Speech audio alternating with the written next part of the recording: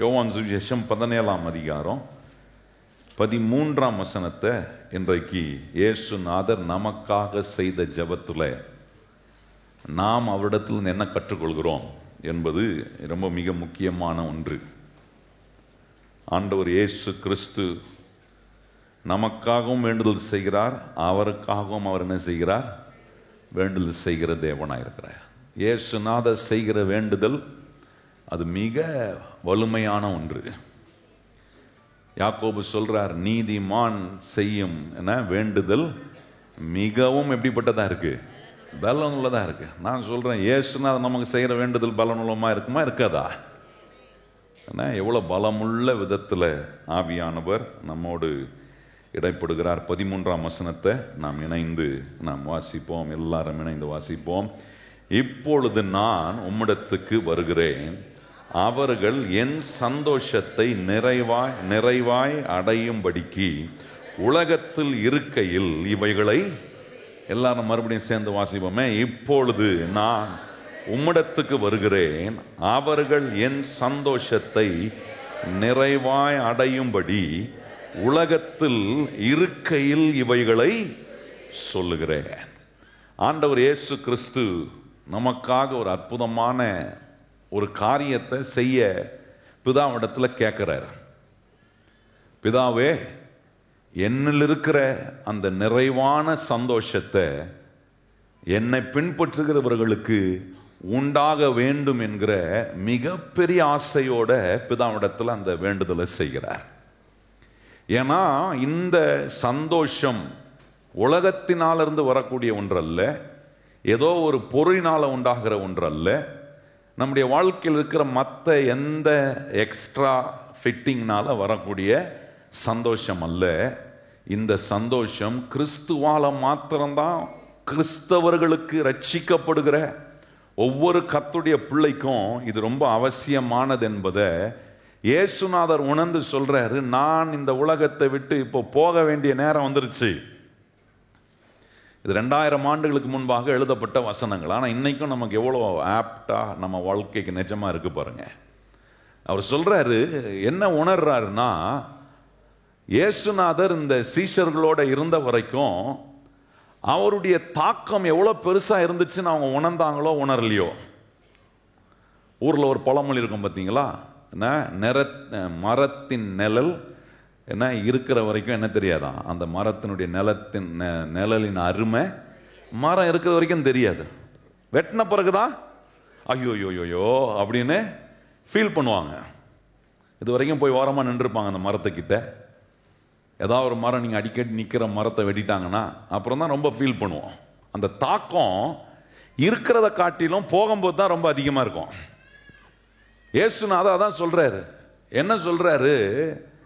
நான் இருக்கும்போது என்னுடைய சீஷர்களுக்கு, என்னை பின்பற்றி வந்தவர்களுக்கு அது எவ்வளோ பெரிய ஒரு காரியன்றதை அவங்க உணர்றாங்களோ இல்லையோ, ஆனால் நான் போன பிறகு அவர்கள் உணர்வார்கள்.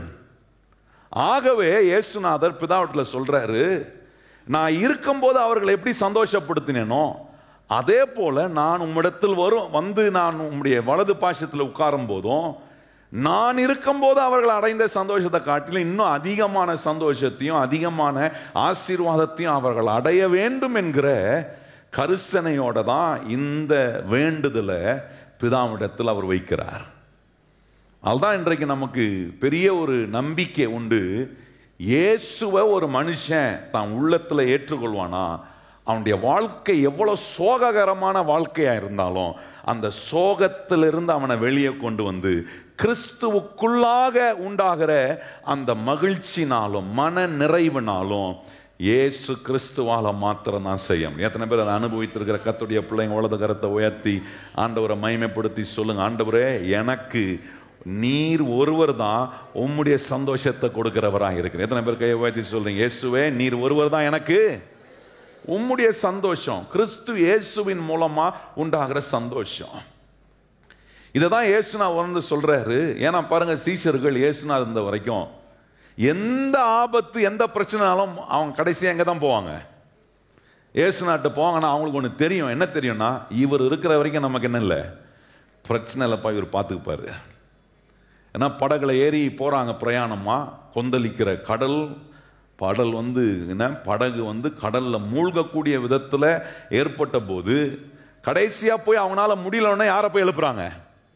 இயேசுநாதரை போய் எழுப்புறாங்க. ஏன் எழுப்புறாங்கன்னா அவங்களுக்கு தெரியும், இவர் எழும்பிட்டாருன்னா நமக்கு ஒரு பிரச்சனை எல்லாத்தையும் அவர் பார்த்துக்குப்பாரு. இப்படிப்பட்ட ஒரு அனுபவத்தோட, இப்படிப்பட்ட ஒரு தாக்கத்தோட சீஷர்கள், அவரை பின்பற்றினவர்கள் ஃபாலோ பண்ணிட்டு வந்திருக்கும் போது, இப்போ அவர் பரமேறி சென்று போக வேண்டிய ஒரு நேரம், பிதா சொல்ல வேண்டிய காரியங்கள் சொல்லி அற்புதங்களை செய்து ஜனங்களுக்காக தன் ஜீவனை கல்வாரி சிலுவையில் கொடுத்து பிதாவுடைய வலது பாஷ்யத்தில் அவர் பரமேறி சென்று போய் வீட்டிருக்க வேண்டிய ஒரு வேலையை செய்யும் போது இயேசுநாதர் இந்த ஜெபத்தை ரொம்ப அற்புதமா சொல்றாரு பாருங்க. அவங்க சொல்றாரு, இப்பொழுது நான் உம்மிடத்துக்கு வருகிறேன், அவர்கள் என் சந்தோஷத்தை நிறைவாய் அடையும்படி உலகத்தில் இருக்கையில் இவைகளை சொல்லுகிறேன். நல்லா கவனிங்க, நிறைய இடத்துல ஆண்டவர் இந்த காரியத்தை என் சந்தோஷம், என் சமாதானம், இந்த வார்த்தைலாம் ரொம்ப முக்கியமான வார்த்தை பைபிள்ல. இயேசுநாதன் இடத்துல சொல்லும் போது என்னுடைய சந்தோஷத்தை அவர்களில் நான் நிறைவாய் வைக்க வேண்டும், அதுக்கு என்னெல்லாம் செய்யணுமோ செஞ்சிருக்கிறேன்றாரு. நல்லா கவனிங்க. அப்படின்னா இன்னைக்கு நமக்கு ஒன்று தெரியுது, நான் சோகமா இருந்தா யாருக்கு பிடிக்குதோ பிடிக்கலையோ, என்னை ரட்சித்த இயேசுநாதருக்கு அது சுத்தமா பிடிக்கவே பிடிக்காது. கையை உயர்த்தி சொல்லுங்க, நம்ம சோகமா இருந்தா என்ன, நம்மளை சோகப்படுத்துறதுக்கு நிறைய பேர் இருப்பாங்க. எழும்பின உடனே நம்மளை சோகமாக்குறதுக்கு நிறைய சந்தர்ப்பங்கள், சூழ்நிலைகள் இந்த உலகத்துல தேவைகள், ஏன்னா எல்லா சூழ்நிலைகளும் நம்மளை என்ன பண்ணுதுன்னா நாள்தோறும் நிமிஷந்தோறும் நம்மளை சோர்வாக்கக்கூடிய நிறைய காரியங்களை செய்து சோகமாக்கக்கூடிய காரியம். சிலர்லாம் பார்த்தீங்கன்னா அப்படியே சோகம் முடிஞ்சாதான் எழும்புவாங்க. எழும்புறதும் சோகம் முடிஞ்சு, வேலை செய்யும் போதும் பாருங்க சோகம் மூஞ்சி, ஒரு சிரிப்பு இருக்காது, ஒரு சந்தோஷம் இருக்காது. ஜபத்துக்கு வந்தாலும் இப்படி தான் இருப்பாங்க, அப்படியே அந்த சோகம் மூஞ்சோட. என்னன்னா அப்படியே என்னமோ அப்படி இருந்தாதான் இயேசுநாதர் ஏதாவது நமக்கு நம்ம மூஞ்ச பார்த்து என்ன பண்ணுவாரு, இறக்கப்பட்டு இவ்வளவு சோகமாகுது இது, அதனால ஏதாவது செய்யலாம். அப்படிலாம் ஒன்றும் கிடையாதுங்க. நீங்க சோகமா இருந்தா உங்களை சோகத்திலே இருக்க விட மாட்டாரு, உங்களை சந்தோஷிப்பிக்க கூடிய வேலையை கர்த்தர் ஒவ்வொரு நாளும் செய்வார். கையை உயர்த்தி சொல்லுங்க, என்ன சந்தோஷிப்பிக்க கூடிய வேலையை கர்த்தர் ஒவ்வொரு நாளும் செய்வார். ஏன்னா அவருக்கு தெரியும் என்ன எப்படி சந்தோஷமாக்கணும்னு. எத்தனை பேர் அதை நம்புறோம்? கையை உயர்த்தி சொல்லுங்க, என்ன எப்படி சந்தோஷமாக்கணும்னு எத்தனை பேர் நம்புறீங்க? ஏசப்பாவுக்கு நல்லா தெரியும்ன்றவங்க கையை உயர்த்தி சொல்லுங்க, ஆண்டவரே என்ன நீர் எவ்விதமான விதத்துல சந்தோஷமாக்கணும் உமக்கு தெரியும். சொல்றாரு, பரலோகம் எப்படி களி கூறுகிறதோ அது போல இந்த பூலோகத்தில் ரட்சிக்கப்பட்டு தேவனுடைய பிள்ளையா நம்ம வாழும் போது அந்த பரலோகத்தினுடைய முன் ருசிய நம்முடைய வாழ்க்கைக்குள்ள நாம் அனுபவித்து வாழ வேண்டும் என்று இயேசு விரும்புறார். நீங்க கவனிச்சு பாருங்க, சபையை கர்த்தர் எதற்காக வைத்திருக்கிறார்? சபை என்பது அவருடைய சரீரத்துக்கு ஒப்பனையான ஒன்றாயிருக்கிறது.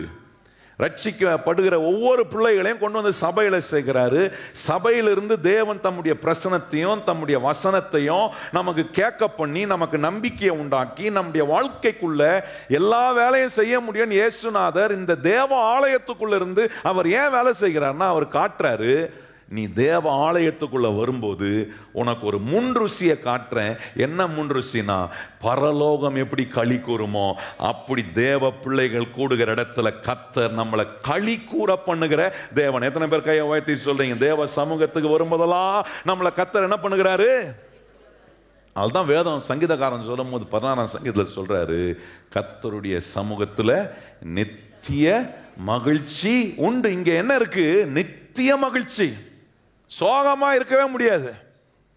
சோகமா இருந்தா கர்த்தர் எதையாவது உங்களுக்கு நேராக அவர் தம்முடைய வார்த்தையை, அவர் தம்முடைய பிரசனத்தை நீங்க உங்க இந்த ஜென்ம சரீரத்துக்குள்ள, உங்க இருதயத்துக்குள்ள அனுபவிக்கக்கூடிய விதத்துல ஆண்டவர் உங்களோட அவர் தொடர்புபடுத்திக்கிட்டே இருப்பார். அவர் உங்களோட கம்யூனிகேட் பண்ணிக்கிட்டே இருப்பார். ஆண்டவர் அந்தந்த இடத்துல நமக்கு ஒரு தொடுதலை என்ன எப்படின்னா, இது எப்படின்னா கரண்ட் மாதிரி.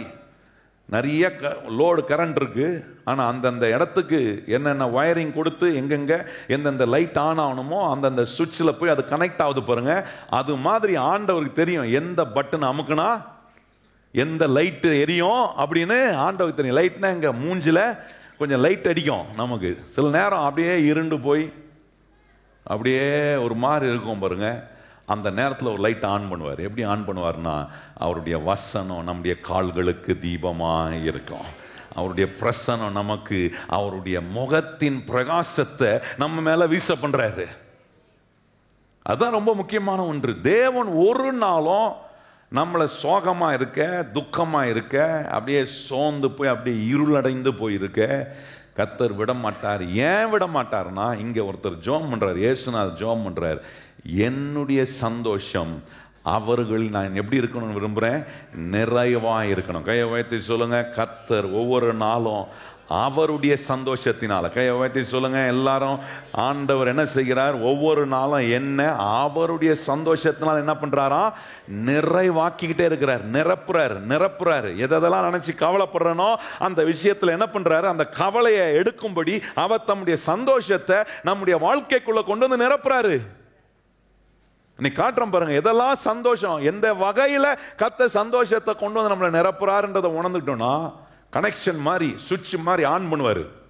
அப்பப்போ நம்ம அந்த காரியத்தில் ஆண்டவர் காட்டுற, இன்னைக்கு ஆண்டவர் நம்ம காட்ட போற சில காரியங்களை அப்பப்போ ஆன் பண்ணுவார். அப்பப்போ அந்த இடத்துல வந்து உங்களுக்கு ஒரு தொடுதலை கர்த்தர் உண்டு பண்ணுவார். உண்டாகும் போது ஆட்டோமேட்டிக்கா இயேசுநாதர் ஜெபித்த அந்த சந்தோஷத்தின் நிறைவை நாம் அனுபவிக்க கர்த்தர் நமக்கு உதவி செய்கிறார். ஒரு 6 காரியத்தை ஆண்டவர் இன்றைக்கு நமக்கு இந்த ஜெபத்தில் காண்பிக்க தேவன் விரும்புகிறார். 6 காரியங்கள். எப்படி ஆண்டவர் தம்முடைய சந்தோஷத்தை நம்மில் நிறைவாக இருக்க விரும்புகிறாரு, சொல்லுகிறாரு, அதுக்கு என்ன செய்கிறாரு. நம்ம என்ன நினைப்போம், ஏன்னா ஆண்டவர் வந்து நீ வாழ்கிற ஆயுசு நாள் முழுக்கதும் உனக்கு எந்த பண தட்டுப்பாடு இல்லாதபடிக்கு டான் உன் அக்கௌண்ட்ல நான் போட்டு நிரப்புறேன்ப்பா அப்படின்னு என்ன சொல்லுவான். கடவுள்னா இவரு தானப்பா கடவுள். நான் சொல்றேன், இந்த இயேசுநாதனால நம்மளை நிரப்ப முடியும், நம்முடைய பொருளாதார தேவைகளை சந்திக்க முடியும். ஆனா அந்த பணம் நம்மளை சந்தோஷப்படுத்த போறது இல்லை. நல்லா நீங்க எல்லாவற்றையும் ஆண்டவர் நோக்கத்துக்காக கொடுக்கிறார். என்ன வகையில நம்மளை சந்தோஷப்படுத்த, எதை கொடுத்தா நமக்கு நிரந்தரமா இருக்குமோ அந்த காரியத்தை நமக்கு கொடுத்து நம்மளை சந்தோஷப்படுத்துற. கையை உயர்த்தி சொல்லுங்க. என்னுடைய அவர் கொடுக்கிற அவருடைய சந்தோஷம் என்னில் நிறைவாய் நிலைத்திருக்கும்படி எதை கொடுத்தா நிலைத்திருக்குமோ அதை கரெக்டா கர்த்தர் எனக்கு கொடுப்பார். எத்தனை பேர் கையை உயர்த்தி ஆமென்னு சொல்றீங்க? நல்ல கையை உயர்த்தி சொல்லுங்க. ஆண்டவரே, என்ன உம்முடைய சந்தோஷத்தினால நிரப்புவதற்கு நீர் எதை எனக்கு கரெக்டா கொடுக்கணுமோ அதை கரெக்டா கொடுப்பீர். எத்தனை பேர் விசுவாசிக்கிறோம்? கையை உயர்த்தி சொல்லுங்க. ஆண்டவரே, எல்லாவற்றையும் கரெக்டா எனக்கு கொடுக்கிறவர். காக்காவை கரெக்டா அனுப்பி எலியாவுக்கு கரெக்டா கொடுக்க முடியும். நான் சொல்றேன், அந்த காலத்துல காக்காவை யூஸ் பண்ண ஆண்டவர் இந்த காலத்துல எதை வேணாலும் யூஸ் பண்ணுவார். ஏன்னா இன்னைக்கு பல விதங்கள்ல என்ன ஜனங்களை சந்திப்பதுக்கு நிறைய வசதிகள் இருக்கு பாருங்க. நான் சொல்றேன், ஒன்னும் வசதியே இல்லாத காலத்திலே கர்த்தர் காகத்தை கொண்டு சந்திக்க வல்லவர்னா, இவ்வளவு வசதியான எல்லா காரியங்களை வைத்திருக்கும் போது எவ்வளவு அதிகமா நம்மளை சந்தோஷப்படுத்த, நமக்கு வேண்டியதை கொடுத்து தேவன் கொடுக்கிற அந்த சந்தோஷம் நம்ம நிறைவாய் நிலைத்திருப்பதுக்கு அவர் எவ்வளவுலாம் பிரயாசம் எடுப்பான்னு கொஞ்சம் யோசிச்சு பாருங்க. ஒரு சில காரியங்களை கவனிப்போம் பாருங்க. முதலாவது நம்ம கவனிக்க வேண்டிய இந்த வசனத்துல 13 வசனத்துல பாருங்க, சொல்றாரு, என் சந்தோஷம் அவர்கள் என் சந்தோஷத்தை நிறைவாய் அடையும்படி உலகத்தில் இருக்கையில் இவைகளை சொல்லுகிறேன். நல்லா கவனிங்க. எப்படி கொண்டு வராரு அவருடைய சந்தோஷத்தை நமக்குள்ள அப்படின்னா, முதலாவது காரியம், தேவன் சொல்லுகிற அவருடைய வார்த்தையினால நமக்கு சந்தோஷம் உண்டாகும். கையை உயர்த்தி சொல்லுங்க. தேவன் சொல்ற வார்த்தை. எத்தனை பேர் நம்புறீங்க கர்த்தருடைய வார்த்தை உங்களை சந்தோஷமாக்க முடியுமா? எத்தனை பேர் நம்புறோம்? கையை உயர்த்தி சொல்லுங்க. ஆண்டவரே, எவ்வளவோ சோகத்துல, எவ்வளவோ ஆண்டவரே நம்பிக்கையற்ற நிலையெல்லாம் வந்த போது தேவன் நமக்கு பேசின ஒரு வார்த்தை நம்மளை எவ்வளவு சந்தோஷமாக்கி இருக்கு பாருங்க. இப்ப கவனிச்சு பாருங்க, யோவான் சுவிசேஷம் 15ஆம் அதிகாரத்துல இந்த தேவனுடைய வார்த்தை எப்படி, இந்த தேவனுடைய வார்த்தை தான் எல்லாம் கொண்டு வருது. உங்களுக்கு ஆரோக்கியத்தை கொண்டு வருது, உங்களுக்கு உயர்வை கொண்டு வருவது, உங்களுக்கு என்ன எல்லா விடுதலையும் கொண்டு வருது, எல்லா செழிப்பையும் கொண்டு வருது. எல்லாவற்றையும் கர்த்தர் தம்முடைய வார்த்தை, சமாதானத்தை, சந்தோஷத்தை, விடுதலைய தேவன் இதெல்லாம் உங்களுக்கு கொடுப்பதுக்கு எதை தான் கொண்டு வராரு, எதை தான் சொல்றாரு? தம்முடைய வார்த்தைய சொல்லி நமக்கு சந்தோஷத்தை கொடுக்கிறார். கையை வைத்து சொல்லுங்க, கர்த்தர் என்ன பண்றாரு? வார்த்தைகளை சொல்லி என்ன பண்றாரு? சந்தோஷமா. அதை பாருங்க, இயேசுநாதர் யோவான் 15ஆம் அதிகாரத்துல 11ஆம் வசனத்துல ரொம்ப அற்புதமா சொல்றாரு பாருங்க. என்னுடைய சந்தோஷம் உங்களில் நிலைத்திருக்கும்படிக்கும் உங்கள் சந்தோஷம் நிறைவாய் இருக்கும்படிக்கும் இவைகளை உங்களுக்கு சொன்னேன். பேசுறார் ஆண்டவர், தம்முடைய வார்த்தைகளை கொண்டு பேசுறார். நிலைத்திருக்க சொல்றார் பாருங்க, என்னுடைய சந்தோஷம் உங்களில் நிலைத்து இருக்கும்படிக்கும். இந்த நிலைத்திருக்குன்றது அவருக்குள்ள வாழ்றது. அந்த வார்த்தை, தேவன் பேசுற வார்த்தை எனக்குள்ள வாழ ஆரம்பிச்சுச்சுன்னா, நான் அந்த வார்த்தையினால எனக்கு உண்டாகிற சந்தோஷத்தினால வாழ ஆரம்பிக்கிறேன். நல்லா கவனிங்க. இப்ப நான் சொல்றதை நீங்க கவனிச்சு யோசித்து பாருங்க. ரட்சிக்கப்பட்ட பிறகு கர்த்தர் உங்களை ரட்சிப்பதுக்கும் தேவன் தம்முடைய வார்த்தை தான் உபயோகப்படுத்தினார். அவரை குறித்து உங்களுக்கு சொல்லி, அவர் உங்களுக்கு என்னெல்லாம் செஞ்சிருக்கிறார் என்பதை உணர வச்சு, அந்த வார்த்தையினால நம்ம என்ன பண்ணப்பட்டோம்? மனம் திரும்பி, இது இந்த தேவன் எனக்கு வேணும், எனக்காக பரிகாரியாய் மாறினவர் அவர் என்று கேட்டு ரட்சிக்கப்பட்ட பிறகு ஆண்டவர் நம்ம சபைக்கு வரும்போதெல்லாம் தேவன் தம்முடைய வார்த்தையை பேசுறார் பாருங்க. அந்த வார்த்தையை கேட்கும் போதெல்லாம் சந்தோஷம் வருது. அந்த சந்தோஷத்தோடு கேட்ட வார்த்தையை என் வாழ்க்கையில கீழ்ப்படிய நான் மனதார ஒப்பு கொடுக்கிறேன். நல்லா கவனிங்க. இந்த கேட்ட வார்த்தை, எந்த வார்த்தை எனக்கு சந்தோஷத்தை கொண்டு வந்துச்சோ அந்த சந்தோஷமான வார்த்தைக்கு நான் முரண்டு பண்றதே இல்லை, சந்தோஷமா கீழ்ப்படுகிறேன். எத்தனை பேருக்கு நான் சொல்றது புரியுது? கர்த்தர் என்கிட்ட ஒரு சூழ்நிலையில ஒரு வார்த்தை சொல்றாருன்னா, அது என் வாழ்க்கைக்குள்ள ஒரு நம்பிக்கையும் சந்தோஷத்தை உண்டான உடனே அதுக்கு கீழ்ப்படுகிறதுக்கு நான் முரண்டு பண்றது இல்லை. அதுக்கு நான் கீழ்ப்படியும் போது அந்த வார்த்தையில நான் நிலைத்திருக்கிறேன். கையை வைத்து சொல்லுங்க, கர்த்தருடைய வார்த்தை எனக்கு வரும்போது அது சந்தோஷத்தை உண்டாக்குது. நான் சந்தோஷத்தோட அந்த வார்த்தைக்கு கீழ்ப்படியும் போது கர்த்தர் என்ன பண்றாராம்? என்னில் அந்த வார்த்தை நிலைத்திருக்கிற அந்த வார்த்தை எனக்குள்ள வாழ ஆரம்பிக்குது. டுவெல்லிங்னு வருது ஆங்கிலத்தில், அபாய்டுன்னு வருது. அப்படின்னா அந்த வார்த்தை எனக்குள்ள வாழ ஆரம்பிக்கக்கூடிய விதத்தில் நான் அந்த வார்த்தையோட மூழ்கி போகும்போது கர்த்தர் சொல்றாரு, அந்த தேவனுடைய வார்த்தை உனக்கு துக்கத்தை கொண்டு வராது, உனக்கு நிரந்தரமான சந்தோஷத்தை கொடுங்க. சொல்லுங்க, கர்த்தருடைய வார்த்தை என்ன செய்யும்?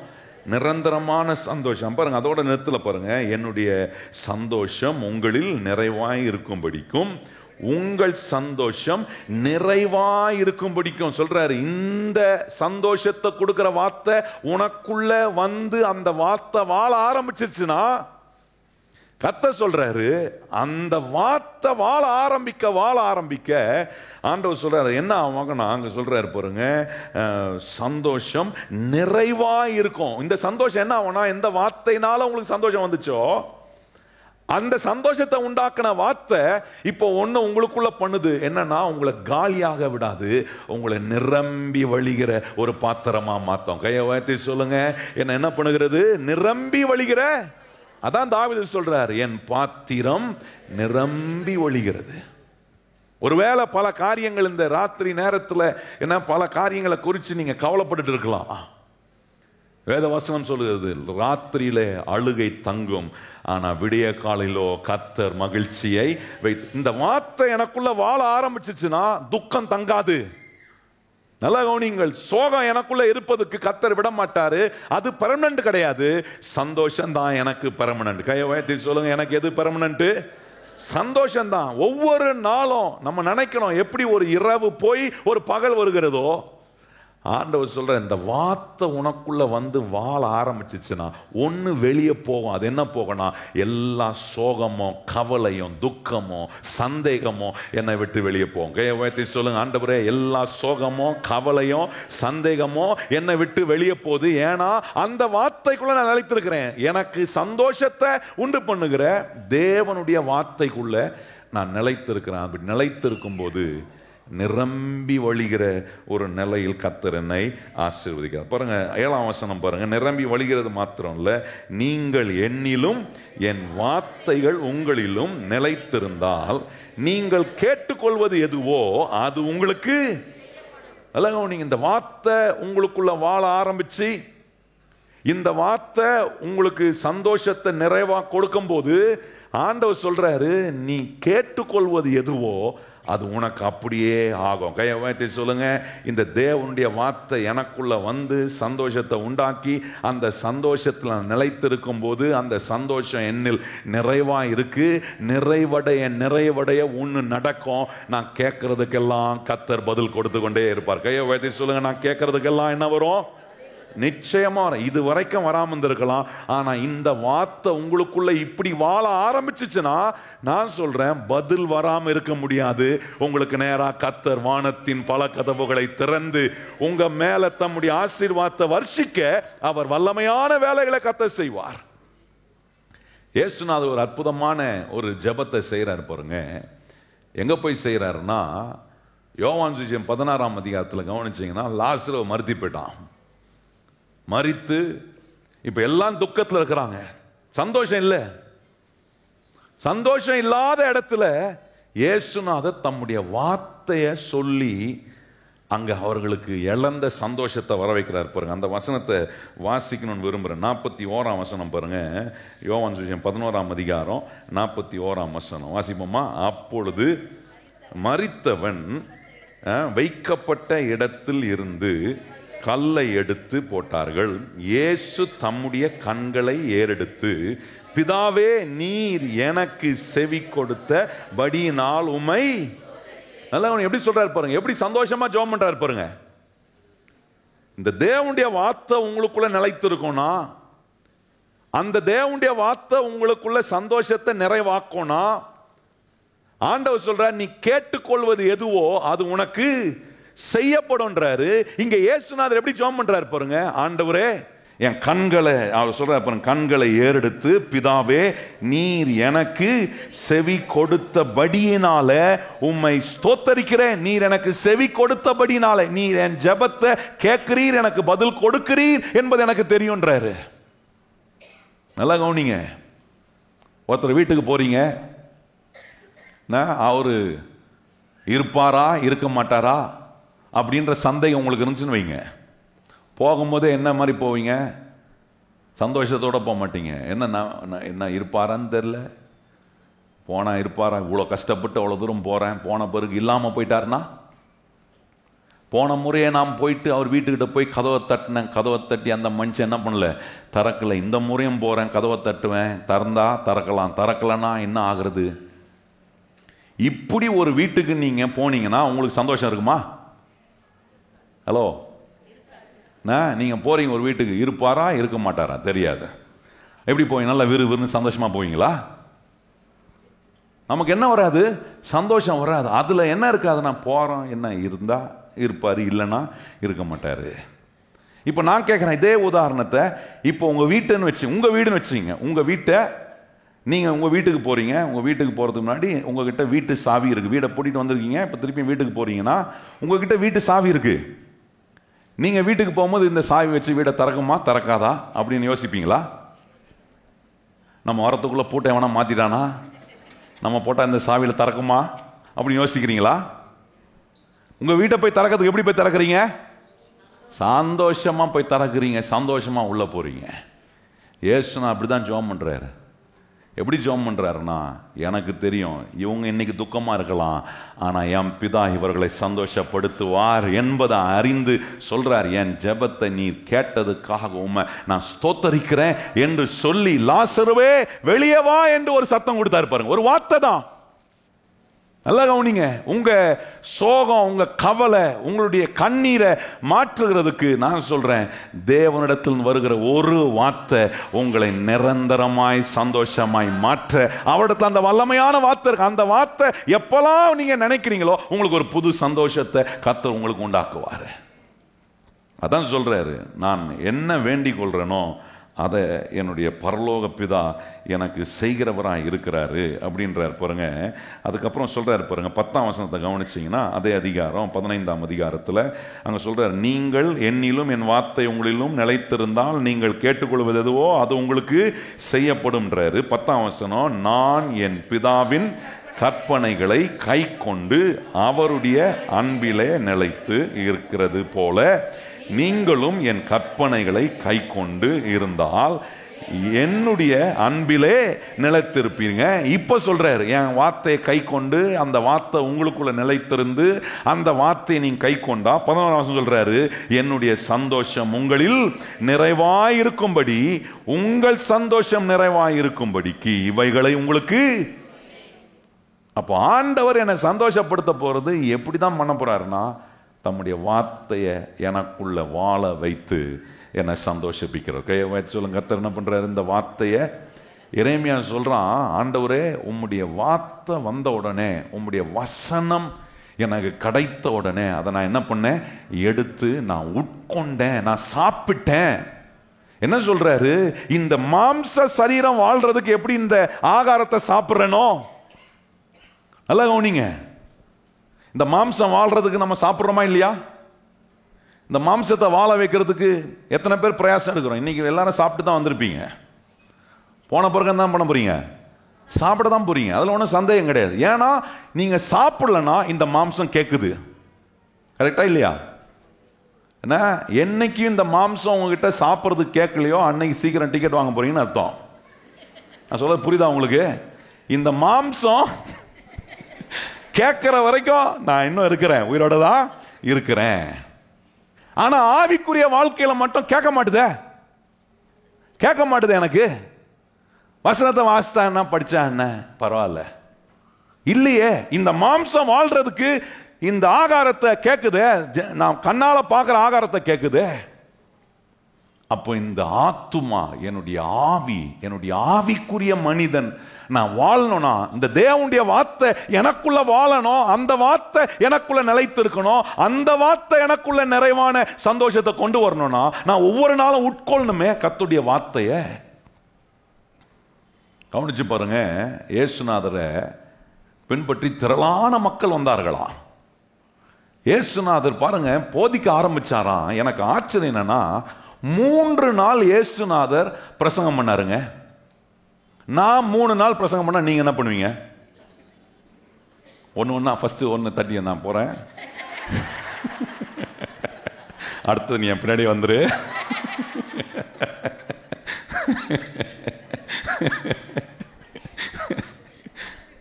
கரெக்டா இல்லையா? எனக்கு அந்த பகுதியை நான் வாசித்து நான் களி கூர்ந்தேன். இயேசுநாதர் பிரசங்கம் பண்ணாராம். 3 நாள் ஜனங்க நகரவே இல்லைங்க. 3 நாள் பிரசங்கம் பண்ணிட்டு 3ஆவது நாள் தான் கையில் என்ன வாங்கினாராம்? 2 மீன் 5 அப்பத்தை வாங்க. அது வரைக்கும் ஒருத்தனுக்கும் பசிக்கல. நம்ம ஒரு 3 நாள் கூட்டம் வச்சுட்டு பிரசங்கம் பண்ணலாம், உங்களுக்கு கர்த்தருடைய பத்தி சொல்லி கொடுக்கலாம்னா என்ன பண்ணணும்? 3 நாள் உங்களை தக்க வைக்கிறதுக்கு நாங்க நிறைய திட்டம் போடணும். நிறைய திட்டம் போட்டு இடையில ஒரு பிரசங்கம் பண்ணி முடிச்ச உடனே ஒரு கோரியோகிராஃப் ஒன்று வச்சு ஒரு டான்ஸ் எல்லாம் பண்ணி கொஞ்சம் அப்படியே உங்களை கொஞ்சம் மூடலாம் மாற்றி 2 பிரசங்கம் பண்ணிட்டா நடுவில் என்ன பண்ணணும்?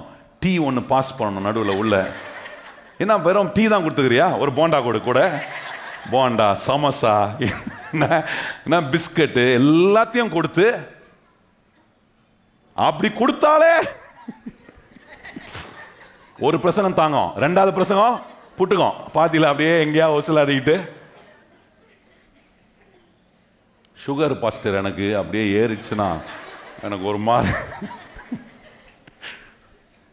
இயேசுநாதர் பிரசங்கம் பண்ணுவாங்க, வியாதியஸ்தன் வராமலா இருந்தான், குறை உள்ளவன் வராமலா இருந்தான், எல்லாம் குறை, எல்லாம் வியாதி எல்லாமே இருந்தாங்க. ஆனா அந்த வசனத்தை கேட்க கேட்க வியாதி சுகமாகுது, சரீரத்தில் பலன் உண்டாகுது, விடுதலை உண்டாகுது. அவன் பார்க்கறான், என்னடா இது, வந்த குறைவோட வந்தேன், இவர் பேச பேச எல்லாம் சரியாயிட்டே இருக்கு. கேட்டுனே இருக்கிறான், கவனமா கேட்கறான். உங்களை கவனமா கேட்க வைக்கிறதுக்கு நாங்க படுற பாடுகுது பாருங்க.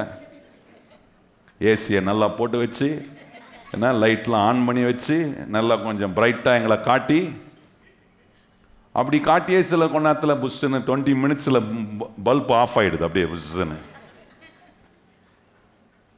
யோசித்து பார்த்தேன். சிலர் பாருங்கள், சர்ச்சைக்கு வரதுக்கு முன்னாடி சிலர்லாம் பார்த்துருக்கேன், நான் சர்ச்சில் பார்ப்பேன். சிலர் வரும்போது சில நேரம் நான் எனக்கு வாசலில் நிற்க வாய்ப்பு கிடச்சுன்னா இன்னும் கொஞ்சம் மேலே வரதுக்கு லேட்டாக நான் யாராக இங்கே நடத்தினாங்க, நான் பின்னாடி வருவோம் பாருங்கள். வரும்போது பார்ப்பேன், பெற்றோர் என்ன பண்ணுவாங்க தெரியுமா, கையில் 2 கையில் பைபிள் தூக்கிட்டு வராங்களோ இல்லையோ, சர்ச்சைக்கு வரும்போது பைபிள் எடுத்துட்டு வராங்களோ இல்லையோ, கையில் 2 கையில், இந்த கையில் பிஸ்கெட்டு, இந்த கையில் லேட்ஸ் பாக்கெட்டு.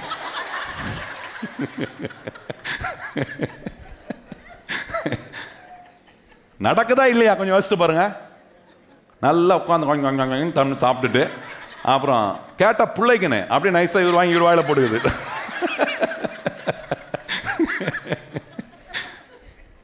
பக்கத்தில் அவங்க பார்த்து கேட்டா, என்னங்க எப்படி பண்றீங்க? சுகர் ஏறிச்சு, பிஸ்கட் சாப்பிடணும், கொஞ்சம் கண்ட்ரோல்டா இருக்கும்.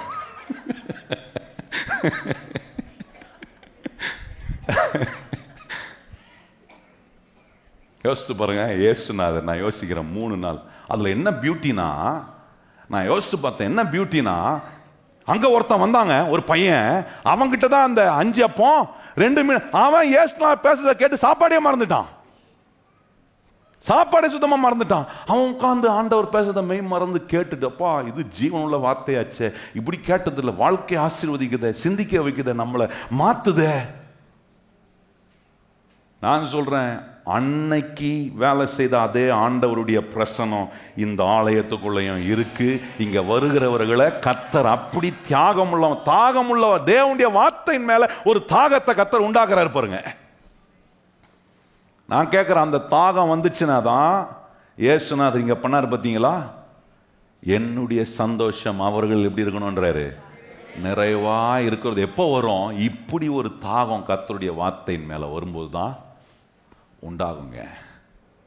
பாருங்க, 119 சங்கீதத்தில் சொன்ன காமெடியை நாம வச்சுக்கிட்டு சொன்ன கருத்தை விட்டுறக்கூடாது. புரியுதா உங்களுக்கு? இதுக்கு தான் நிறைய ஜோக் அடிக்கிறது இல்லை, கொஞ்சம் கொஞ்சமாக விட்டுறது. அப்புறம் பாஸ்டர் நல்லா சொன்னார், கையில் லேஸ் பேக்கெட் எடுத்துன்னு சொன்னார், அது மட்டும் தான் ஞாபகம் இருக்கும். பைபிள் கொண்டு வர சொன்னேன், அது ஞாபகம் இருந்துச்சா பார்த்தீங்களா?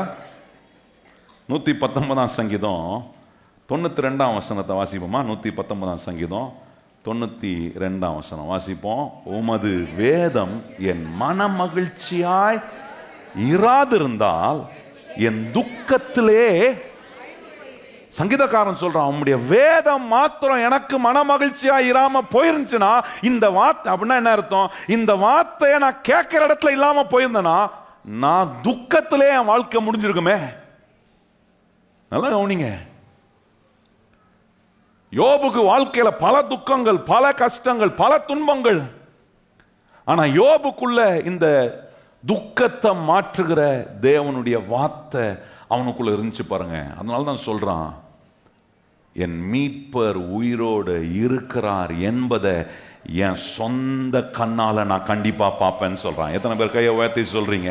இன்னைக்கு பல துக்கத்தோட நீங்க வந்திருந்தீங்கன்னா கையை உயர்த்தி சொல்லுங்க, என் மீட்பர் எனக்காக உயிரோட இருக்கிறார், அவர் செய்கிற அற்புதத்தை என் சொந்த கண்ண, அந்நிய கண்ணில் இல்ல, என் சொந்த கண்ணால நான் பார்ப்பேன். இப்படிப்பட்ட நம்ம அப்படியே துக்கத்திலே போயிடணும் அப்படின்றது ஆண்டவருடைய சித்தம் இல்லை பாருங்க. 119 சங்கீதம் 162 வசனம் பாருங்களேன், அங்க இன்னொரு வார்த்தை சொல்லியிருக்கு. 162 வசனம் வாசிப்போமா? மிகுந்த கொள்ளை உடைமையை கண்டுபிடிக்கிறவன் மகிழ்கிறது போல நான் உம்முடைய வார்த்தையின் பேரில்.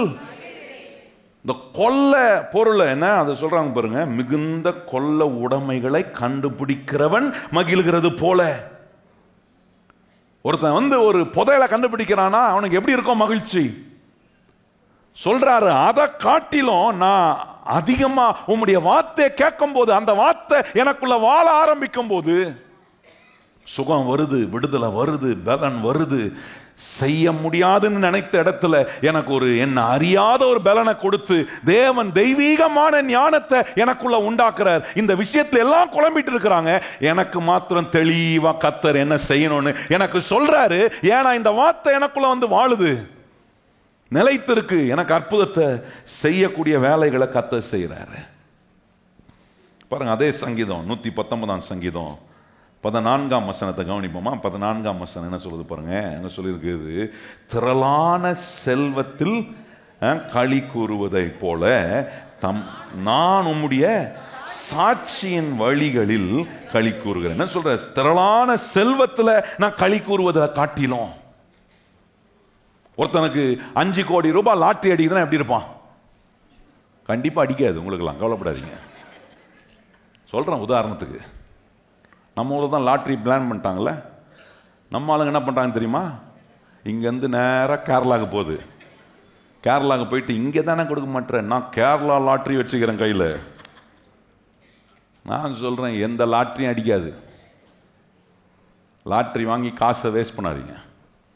சிலதான் லாட்ரி எட்டுன்னு வந்து யோவான் சுவிசேஷம் 15:7 வச்சுக்கிறது. ஆண்டவரே நீ வேண்டிக்கொள்ள எதை கட்டாலும் கொடுப்பேன்னு சொல்லி லாட்ரி அடிக்கட்டும் ஆண்டவரே 5 லட்சம் ரூபாய். ஒன்றும் அடிக்காது. யோசிச்சு பாருங்க. ஒருத்தனுக்கு ஒரு வேலை சும்மா இது சொல்கிறேன் உதாரணத்துக்கா, ஒருத்தனுக்கு ஒரு லாட்ரி அடிக்குதுன்னு வச்சுங்க, வாழ்க்கையில சோகமானவனா சோகத்துக்கு உச்சக்கட்டம் வந்தான்னு வச்சுங்க, அவனுக்கு ஒரு 5 கோடி ரூபாய் லாட்ரி அடிக்குதுன்னா இது வரைக்கும் நீங்க வாழ்நாள் அவன் சிரிச்சே பார்த்துருக்க முடியாது. அந்த 5 கோடி லாட்ரி வச்சுன்னா வாயெல்லாம் பல்லாதான் இருக்கும் அவனுக்கு. நான் சொல்றேன், அதை காட்டிலும் வேதம் சொல்ல. அதுதான் சொல்றாரு இங்க சங்கீதக்காரன் சொல்றாரு. என்ன சொல்றாரு பாருங்க, 14 வசனம். திரளான செல்வத்தில் களி கூறுவதை போல நான் உம்முடைய சாட்சிகளின் வழிகளில் என்ன பண்றேன்? திரளான செல்வம் எனக்கு சந்தோஷமா கிடையாதுங்க. அதை காட்டிலும் விலை உயர்ந்த கர்த்தருடைய வார்த்தையினால என்ன சந்தோஷப்படுத்துறாரு. ஏன்னா இந்த செல்வம் இன்னைக்கு இருக்கும், நாளைக்கு போயிடும். ஆனா தேவனுடைய வார்த்தை மாத்திரம் என்றென்றைக்கும் எனக்குள்ள நிலைத்துட்டே இருக்கும். அது போனதெல்லாம் வர வைக்கும். எத்தனை பேர் கையை உயர்த்தி ஆமென்னு சொல்றீங்க? யோபுக்கு போனதெல்லாம் வர வச்சுச்சே.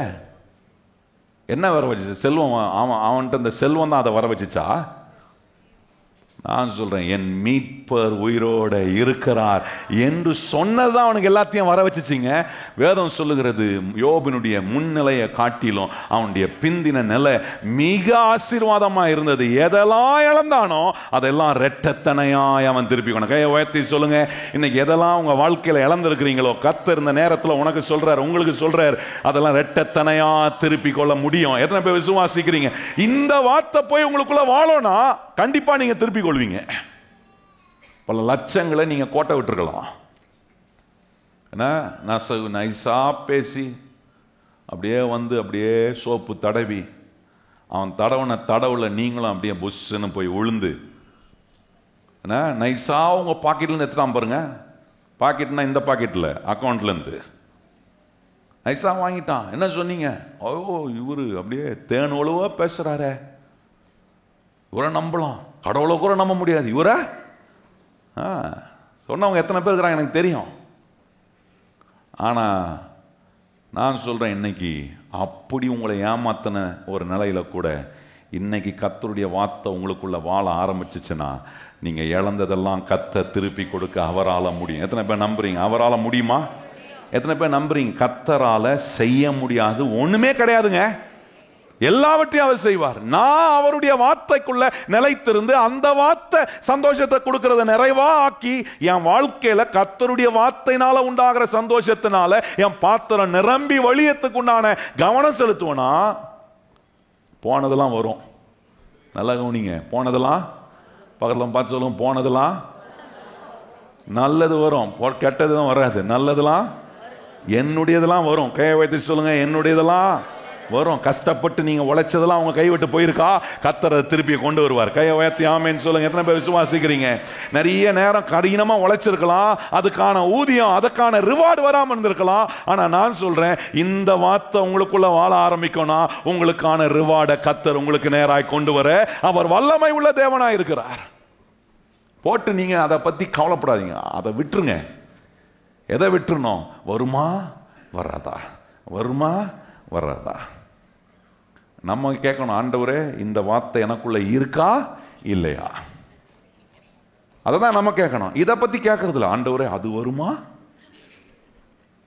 நான் சொல்றேன், இந்த வார்த்தை உங்களுக்குள்ள வாழ ஆரம்பிச்சா உங்களுக்கு வர வேண்டியதெல்லாம் கர்த்தர் கரெக்டா கொண்டு வந்து சேர்க்க அவர் வல்லவராக இருக்க. எத்தனை பேர் கையை வைத்து சொல்றீங்க, தேவரீர் சகலத்தையும் செய்ய வல்லவர், நீ செய்ய நினைக்கிறது ஒருபோதும். இந்த வார்த்தை உங்களுக்குள்ள வாழ ஆரம்பிச்சுன்னா நடக்குங்க. நடக்காததெல்லாம் நடக்கும். உங்களை கர்த்தர் அப்படி அவருடைய சந்தோஷத்தில் நிறைவாக்க என்னெல்லாம் செய்யணுமோ அதெல்லாம் செய்யக்கூடிய மிக ஆசீர்வாதமான ஒரு தேவன். இந்த சந்தோஷத்துக்கு ஆதாரமே பாருங்க கர்த்தருடைய வார்த்தை தான். கையை உயர்த்தி சொல்லுங்க, என்னுடைய சந்தோஷத்துக்கு ஆதாரம் யாரு? அததான் பவுல் சொல்றாரு. பிலிப்பியர் 4ஆம் அதிகாரம் 4ஆம் வசனம் என்ன சொல்றாரு? எங்கிருந்து சொல்றாரு தெரியுமா உங்களுக்கு? எங்கிருந்து சொல்றாரு? சிறைச்சாலைக்குள்ள இருந்து 2வது தடவை சிறைச்சாலைக்குள்ள போய் சிறைபிடிக்கப்பட்டு இன்னும் அவருக்கு ஜட்ஜ்மெண்ட் வரல, தீர்ப்பு வரல. அந்த தீர்ப்பு என்னவா இருக்கும் தெரியாது. தலை எடுக்க சொல்லுவானா, தலை இருக்குமா தெரியாது. தீர்ப்பு வரலங்க. முதல் முறை, இது 2வது முறை அவர் சிறைச்சாலைக்குள்ள போறாரு. முதல் முறை அவர் சிறைச்சாலைக்குள்ள போகும்போது நீங்க கவனிச்சு பாருங்க, லூக்கா சுவிசேஷத்திலையும் அப்போஸ்தலர் நடவடிக்கையிலையும் அங்க அப்பதான் எழுதுறாங்க. இந்த சிறைச்சாலைக்குள்ள போகும்போது தான் லூக் எழுதுறாரு. அப்போஸ்தலர்களை ஆண்டவர் எழுப்பி அந்த நிருபத்தை எழுத வைக்கிறாரு. எழுதுறாங்க. எழுதும் போது முதல் முறை அவர் சிறைச்சாலைக்குள்ள போன போது தேவன் தயவாக தீர்ப்பை மாத்தி இந்த பவுலை வெளியே வர வச்சாரு. இப்ப இந்த 2வது முறை போய் சிறைச்சாலைக்குள்ள போய் உட்கார்ந்து இருக்கிறாரு. அங்க இருந்து எழுதுறாரு கடிதத்தை தீமோத்திக்கு எழுதுறாரு. ஏன்னா அங்க எழுதும் போது சொல்றாரு, நாளைக்கு எனக்கு என்ன தீர்ப்பு வரும்னு எனக்கு தெரியாது. அது என் தலை எடுக்க சொல்லுவானா, என் தலை இருக்குமான்னு தெரியாது. ஆனா அங்க இருந்து சொல்றாரு, நான் சொல்லுகிறேன் கர்த்தருக்குள்ள சந்தோஷமா இருங்க. மறுபடியும் சொல்றேன், கர்த்தருக்குள்ள. உண்மையாலே துக்கம் விசாரிக்க வேண்டியது வெளியே இருக்கிறவங்க தான். யார? பவுல. ஆனா அவரு உள்ள உட்காந்துக்கிட்டு யாரை விசாரிக்கிறாரு? வெளியே இருக்கும். நம்மளா உட்காந்து என்ன பண்ணிருப்போம்? படுப்பா பையன், எவ்வளவு நேரம் நான் அவனுக்காக ஜாம் பண்ண, ஒரு நாள் வந்து எட்டி பார்த்தானா என்ன? அப்படிதான் நம்ம சொல்லுவோம். எத்தனை முறை அவன் படுக்கையில் இருக்கும்போது நான் போய் அவனுக்காக ஜாம் பண்ண, ஒரு முறையாவது வந்து என்னை பார்த்தானா? பவுல் சொல்றாரு, நீ என்னை வந்து பார்க்கலாம் வேண்டியதில்லை. ஏன்னா நீ வர்றதுனால எனக்கு சந்தோஷம் கிடையாது. நீ வர்றதுக்கு முன்னாடி எனக்கு ஒருத்தர் எனக்குள்ள இருக்கிறாரு. அவர் என்னை எல்லா சந்தோஷத்தினால நிறைவுபடுத்துகிற கர்த்தரா இருக்கிறார். அதான் சொல்றார் பவுல், கர்த்தருக்குள்ள சந்தோஷமா இருங்க. மறுபடியும் அவர் சொல்ல, என்ன வீட்டில் இருக்கிறவங்களோட சந்தோஷமா இரு, அது இருக்கணும் கண்டிப்பா, அது இல்லாம போயிடக்கூடாது. என்ன சொல்றாரு? அது எல்லாவற்றுக்கு மேல கர்த்தருக்குள்ள சந்தோஷமா இருங்க. கையை வைத்து சொல்லுங்க, யாருக்குள்ள சந்தோஷமா இருக்கணும்? எல்லாவற்றிலும் கர்த்தருக்குள்ள சந்தோஷமா இருப்பதுக்கு தேவனுடைய வார்த்தை எனக்குள்ள வாழுதா? அந்த வார்த்தையில நிலைத்திருக்கிறேனா அந்த வார்த்தையோட வாழ்றேன். நீங்க கவனிச்சு பாருங்க, கணவன் மனைவி ஒரு வீட்டில் நிலைத்திருக்கிறாங்க, உறவுல நிலைத்திருக்கிறாங்கன்னா வாழ்றாங்கன்னு அர்த்தம். அதாவது அர்த்தம் வாழ்ற ஒரு நிலை கவனிங்க. சில வீட்டில் ஒரே வீட்டில் தான் இருப்பாங்க, ஆனா வாழ்ற அர்த்தம் இருக்காது. நல்லா கவனிங்க. ஒரே வீட்டில் தான் இருப்பாங்க, கணவன் மனைவி. புருஷன் ஒரு ரூம்ல இருப்பாரு, மனைவி இன்னொரு ரூம்ல இருப்பாங்க, பிள்ளைங்க இன்னொரு ரூம்ல இருப்பாங்க. அவங்க மீட் பண்ற பாயிண்டே எல்லாம் ஒவ்வொன்றும் வெளியே போகும்போது ஒவ்வொருத்தரும் ஒவ்வொரு ஆங்கிள் போயிட்டு மீட் பண்ணுவாங்க. சும்மா ஒரு லாட்ஜ் மாதிரி வீடு.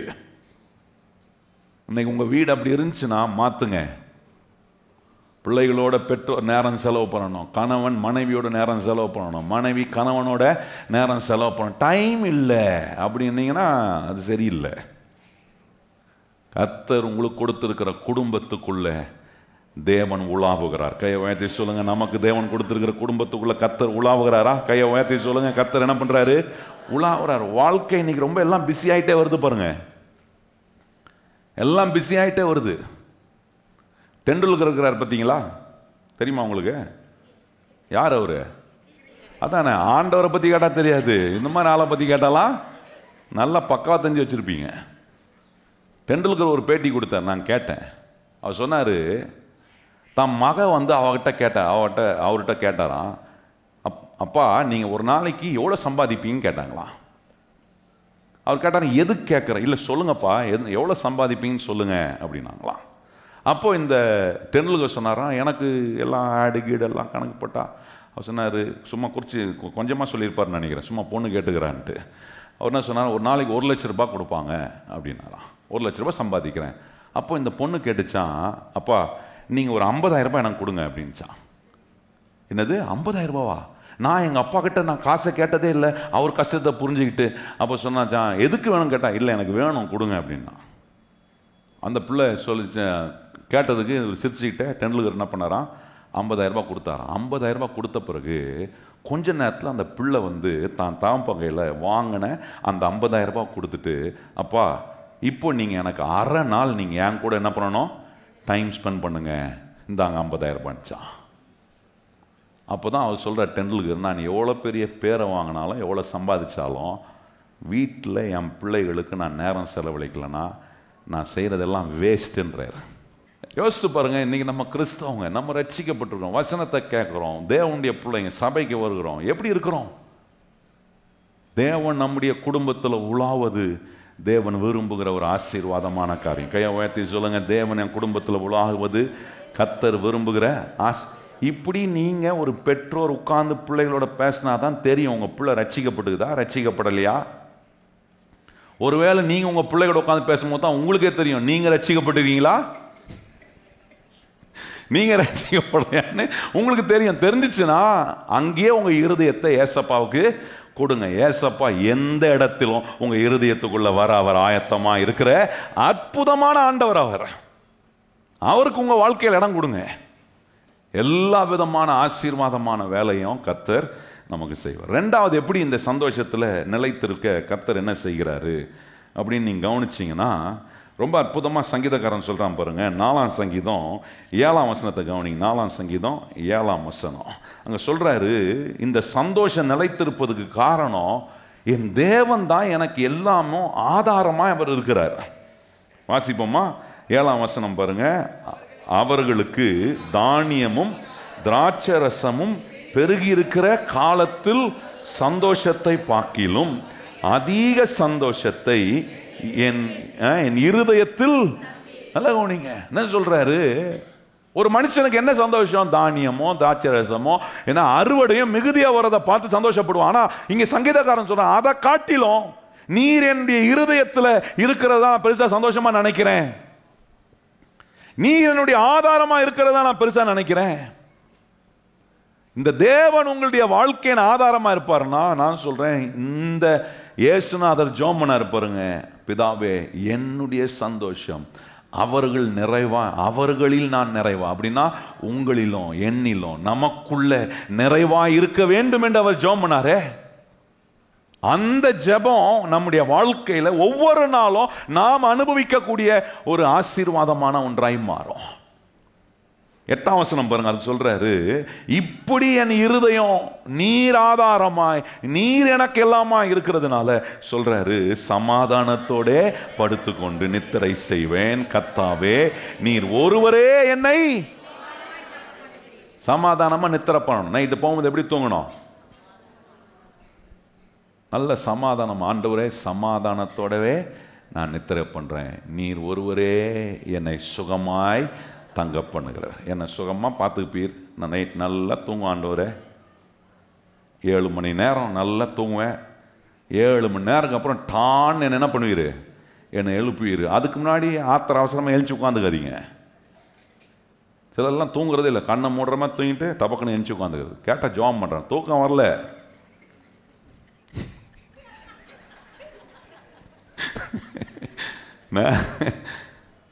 நல்லா தூங்கணும். நல்லா தூங்கணும்னா 7 மணி நேரம் தூங்கணும், அதுக்கு மேலே தூங்கிடாதீங்க.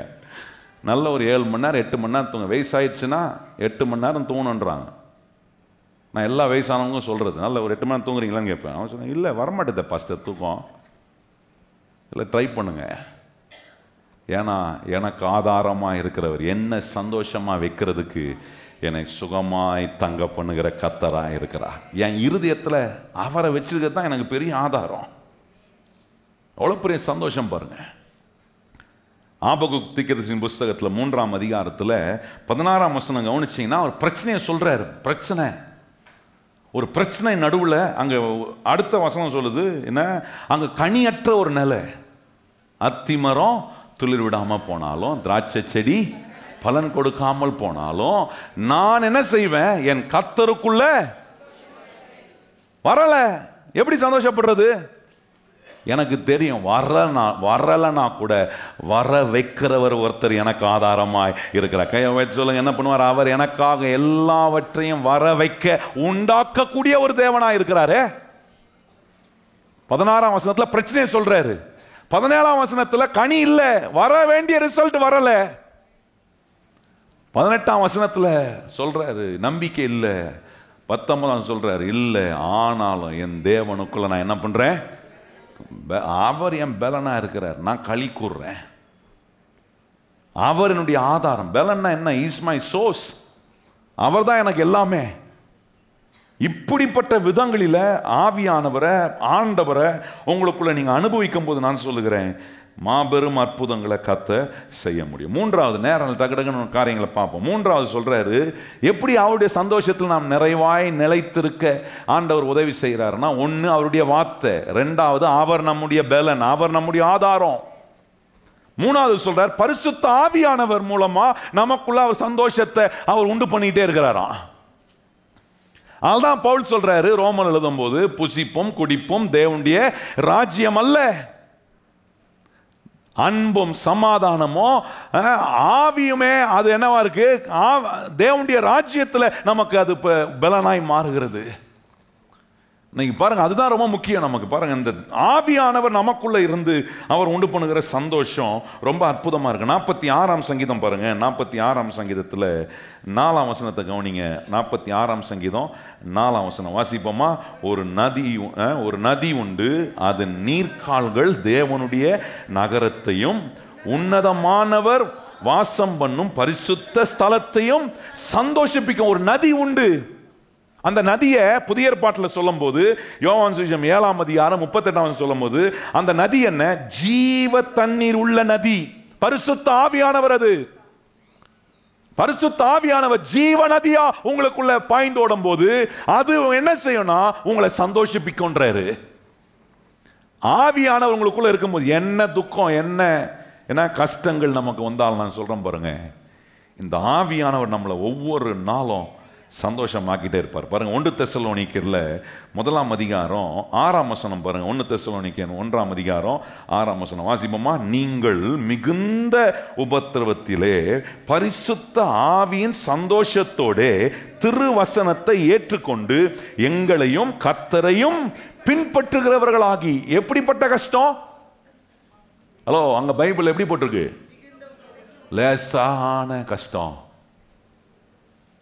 லேசா தலை வலிக்குது, லேசா வயிறு வலிக்குது, லேசா இடுப்பு வலிக்குது, அப்படி சொல்லியிருக்கா. அங்க என்ன சொல்லியிருக்கு? மிகுந்த உபத்திரவம். மிகுந்த உபத்திரத்தை எப்படி எக்ஸ்பிளைன் பண்றது? எக்ஸ்பிளைனே பண்ண முடியாது. அதனால தான் அது மிகுந்த உபத்திரம். அந்த வேதனையை சொல்ல முடியாது. எப்படி விவரிக்கிறது? ஏதோ லைட்டா இருந்தா அதை சொல்லிடலாம். ஆனா மிகுந்த உபத்திரம்னா எப்படி அதை எக்ஸ்பிளைன் பண்றது? சொல்றாரு, இப்படி மிகுந்த உபத்திரவத்துல பரிசுத்த ஆவியின் சந்தோஷத்தோட ஒரு நதி உண்டு, அது ஜீவ நதியா நமக்குள்ள பாயுது. பரிசுத்த ஆவியானவர் நமக்குள்ள நம்மளை சந்தோஷிப்பிக்கக்கூடிய ஒரு நதியா நமக்குள்ள பாயிறாரு. அவர் என்ன செய்கிறார்னா, மிகுந்த உபத்திரவத்திலும் தேவன் தம்முடைய வார்த்தையினால் என்ன சந்தோஷிப்பிக்கிறாரு, தேவன் தம்முடைய பலனினால் என்ன சந்தோஷிப்பிக்கிறார், தேவன் எனக்கு கொடுத்திருக்கிற பரிசுத்த ஆவியானவர் மூலமா என்ன செய்கிறாரு? சந்தோஷிப்பிக்கிறாரு.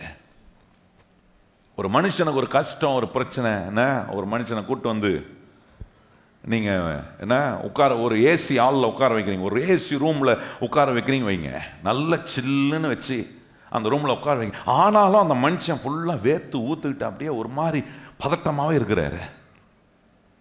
இப்ப ப்ராப்ளம் அவருக்கு வெளியா உள்ளியா? ஹலோ, உங்களுக்கு வேக்குதா? வேக்கல, அப்ப நல்லா தான் இருக்கிறீங்க. உள்ள வேத்துச்சுன்னா உள்ள ப்ராப்ளம். உள்ள ப்ராப்ளமுக்கு உள்ள போய் ஒரு ஏசியா வைக்க முடியும்? ஹலோ, அப்படி மட்டும் எவனா கண்டுபிடிச்சா வச்சுங்க, அதுக்கு பயங்கர டிமாண்ட் ஆயிடும். ஏன்னா உள்ள எல்லாத்தையும் உள்ளே செட் பண்ணிக்கிட்டு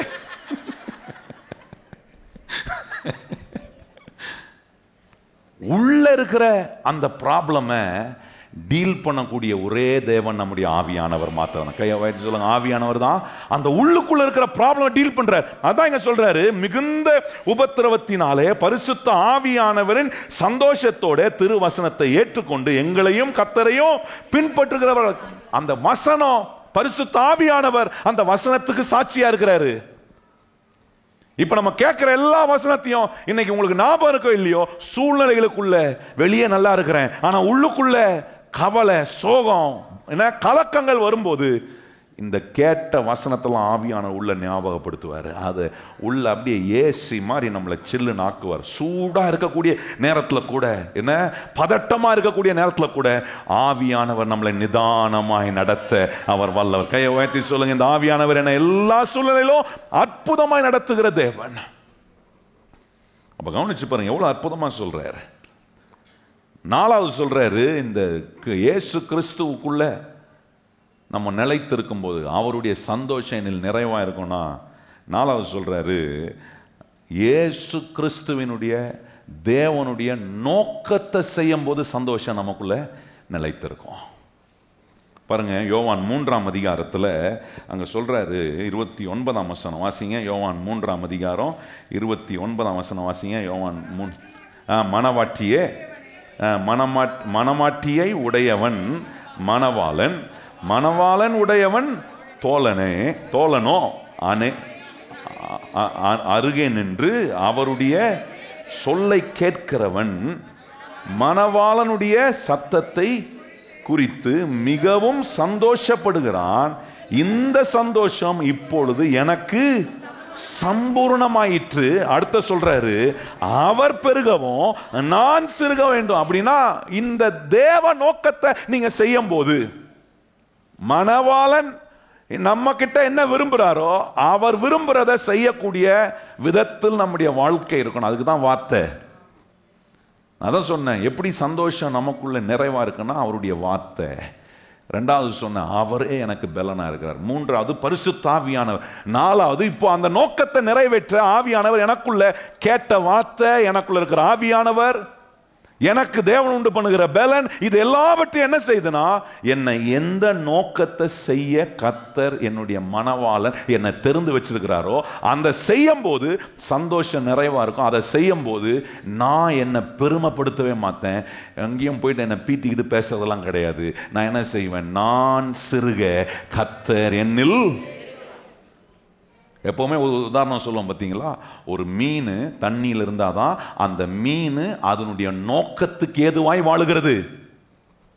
அந்த மீனை தண்ணியை விட்டு வெளியே எடுத்துட்டீங்கன்னா அது நோக்கத்துக்கு மாறாக வாழுகிறது. இன்னைக்கு ஒரு கிறிஸ்தவன் தேவன் வைத்திருக்கிற நோக்கத்துக்கு ஏதுவா இந்த வார்த்தையில பரிசுத்த ஆவியானவருக்குள்ள இல்லாம அடிக்கடி இங்க வந்து அப்புறம் அங்க வெளியே போய் கொஞ்சம் உள்ள வந்துட்டு வெளியே போயிருந்தா உயிர் ஊசல் ஆடிட்டு இருக்குன்னு அர்த்தம். மீனை உள்ள அடிக்கடி தண்ணியில் வெளியே எடுத்தீங்கன்னா மீன் என்ன பண்ணும், ஊசலாடும், டப்புன்னு போயிடும். அப்புறம் ஃப்ரை பண்ணி சாப்பிட வேண்டியது தான். மீனை சாப்பிட்டுடலாம், உங்களை சாப்பிட முடியுமா? அதுதான் சொல்றாரு நோக்கத்தை. அதுக்கு என்ன செய்யணும், நான் சிறுக நீர் என்னில் பெருகணும். கையை வைத்து சொல்லுங்க, இயேசுவே நான் சிறுகணும், நீங்க என்ன பண்ணணும், பெருகணும். ஐந்தாவது சொல்றாரு, தேவ சந்தோஷம் உங்களுக்கு நிறைவாக இருப்பதுக்கு இது ரொம்ப முக்கியம். பாருங்க, இந்த ஆசை, இந்த காரியத்தை இயேசுநாதர் உங்களுக்கு கண்டிப்பா செய்வார். யோவான் 16ஆம் அதிகாரம் 24ஆம் வசனம் எல்லாரும் நம்ம வாசிக்கணும். எல்லாரும் எடுங்க, எல்லாரும் வாசிக்கணும் அந்த வார்த்தை. யோவான் 16:24 வசனம் வாசிப்போமா? எல்லாரும் இதை நம்பணும். இன்னைக்கு இவ்வளவு நேரம் கேட்ட வார்த்தை, இவ்வளவு நேரம் கர்த்தர் கொடுத்த பலன், இவ்வளவு நேரம் பரிசுத்த ஆவியானவர் உங்களோட டீல் பண்ண காரியங்கள், உங்க வாழ்க்கைக்கு ஒரு நோக்கத்தை வைத்து இயேசுநாதர் ஜெபம் பண்றார் பிதாவிட்ட, பிதாவே என்னுடைய சந்தோஷம் அவர்களில் நிறைவாய் இருக்கும்படி நான் வேண்டுகிறேன், நான் விரும்புகிறேன், நான் சொல்லுகிறேன்றாரே. வாசிப்போமா? இதுவரைக்கும் நீங்கள் என் நாமத்தினாலே ஒன்றும் கேட்கவில்லை, கேளுங்கள், அப்பொழுது உங்களுக்கு உங்கள் சந்தோஷம். நல்லா கவனிங்க, ஆண்டு சொல்ல, இது வரைக்கும் ஒன்றும் கேட்கல. இது வரைக்கும் ஒன்றும் கேட்கலன்னா ஒழுங்கா கேட்கல. ஹலோ, நம்ம கேட்காத ஆளுங்களா? பொருந்தாத. ஒழுங்கா கேட்கல. என்ன கேட்டிருப்போம், ஆண்டவரே பக்கத்து வீட்டுக்காரன் ரொம்ப குடைச்சல் கொடுக்குறான், அவனை கொஞ்சம் 2 தட்டம் ஆண்டவரை பார்த்துக்கிறேன் நான் மிச்சத்தை. ஆண்டவர் பார்ப்பறேன், இது கேட்க மாட்டேன் போ இந்த ஜெபம். ஆனால் இப்போ புரியுது, எனக்குள்ள சந்தோஷத்தை நிறைவாக உண்டு பண்ண கர்த்தர் வார்த்தையை கொடுக்குறாரு, பலனை கொடுக்குறாரு, பரிசுத்த ஆவியை வச்சிருக்கிறாரு.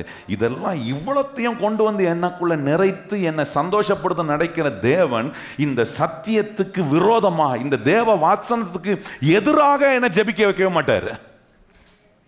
சொல்றாரு, இதுவரைக்கும் ஒழுங்கா கேட்கல, இனிமையாவது இன்னையிலிருந்து இந்த ஜெப நாட்களில் நான் சொல்றேன், இந்த 21 தடவை நாம் இந்த இடத்துல வந்து ஜெபிக்கும் போது நான் சொல்றேன், நம்முடைய வேண்டுதலை கர்த்தர் நிச்சயமாய் நிறைவேற்றுவார். அதை விசுவாசிக்கிறோம். கையை உயர்த்தி சொல்லுங்க, ஆண்டவரே இந்த ஜெப நாட்களில் வந்து உம்முடைய பாதத்தில் நாங்க எதை கேட்கிறோமோ அது எங்களுக்கு கிடைக்கும். கேட்பதுக்கு எப்படி கேட்கணும்னு எங்களுக்கு சொல்லி தருகிற ஆண்டவரே. நான் இது வரைக்கும் வேற மாதிரி கேட்டிருந்தேன், ஆனா இந்த 17ஆம் அதிகாரம், யோவான் 17ஆம் அதிகாரத்தில் இயேசு எங்களுக்காக எப்படி வேண்டுதல் செய்தீர், நாங்க எப்படி உம்மிடத்தில் வேண்டுதல் செய்யணும் என்று எங்களுக்கு கற்றுக் கொடுக்கிறீர். ஆகவே நாங்க கேட்கிறத நீர் எங்களுக்கு செய்ய வல்லவராய் இருக்கிறீர். கையை வைத்து சொல்லுங்க, நம்ம கேட்கிறத கர்த்தர் என்ன பண்ணுகிறார், செய்ய வல்லவராய் இருக்கிறார்.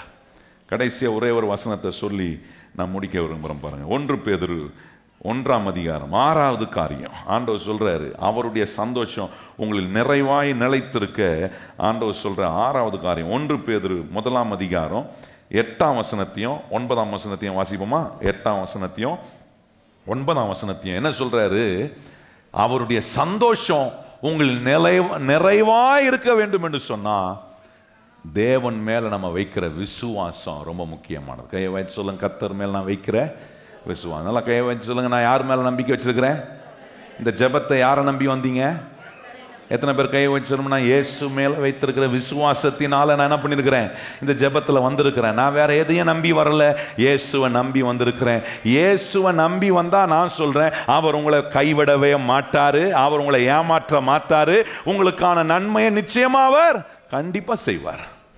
வாசிப்போமா 8ஆம் வசனம், அவரை நீங்கள் காணாமல் இருந்தும் அவரிடத்தில் அன்பு கூர்ந்தீர்கள், இப்பொழுது அவரை தரிசியாமலும் இருந்தும் அவரிடத்தில் விசுவாசம் வைத்து சொல்லி முடியாத மகிமையினால் நிறைந்தவருமாய் இருக்கிற சந்தோஷம் உங்களை களி கூர்ந்தது.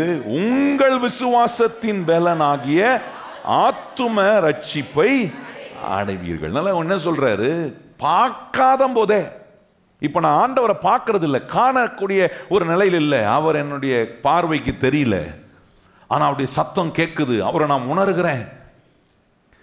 காணாத ஒரு நிலையில இயேசுவை விசுவாசிக்கும் போதே, இயேசு என் கூட பேசுற வார்த்தையை கேட்கும் போதே எத்தனை பேருக்கு சந்தோஷம் வருது? நான் சொல்றேன், பார்க்காத போதே விசுவாசிக்கும் போதே இவ்வளவு சந்தோஷம் வருது. ஒரு நாள் முகமுகமாய் நாம் சந்திக்கிற ஒரு நேரம் இருக்கு, அப்போ எவ்வளவு சந்தோஷம் அதிகமா இருக்கும் பாருங்க. அப்ப நான் சொல்றேன், இன்னைக்கு உங்களுடைய வாழ்க்கையில என்ன நடக்கணும்னு நீங்க ஆண்டவர்கிட்ட விசுவாசமா கேட்கறீங்களோ அது ஒருவேளை இன்னைக்கு நீங்க பார்க்கக்கூடிய இடத்துல இல்லாம இருக்கலாம். ஒருவேளை உங்க பிள்ளைக்காக, விவாக காரியங்களுக்காக நீங்க ஒரு வேண்டுதலோட வந்திருக்கலாம், உங்க வேலைக்காக ஒரு வேண்டுதலோட வந்திருக்கலாம், உங்க தொழிலுக்காக ஒரு வேண்டுதலோட வந்திருக்கலாம், உங்க குடும்ப பிரச்சனையில ஒரு காரியத்தை கர்த்தரிடத்துல வேண்டுதல் செய்ய வந்திருக்கலாம். ஆனா எதுவுமே மாறல.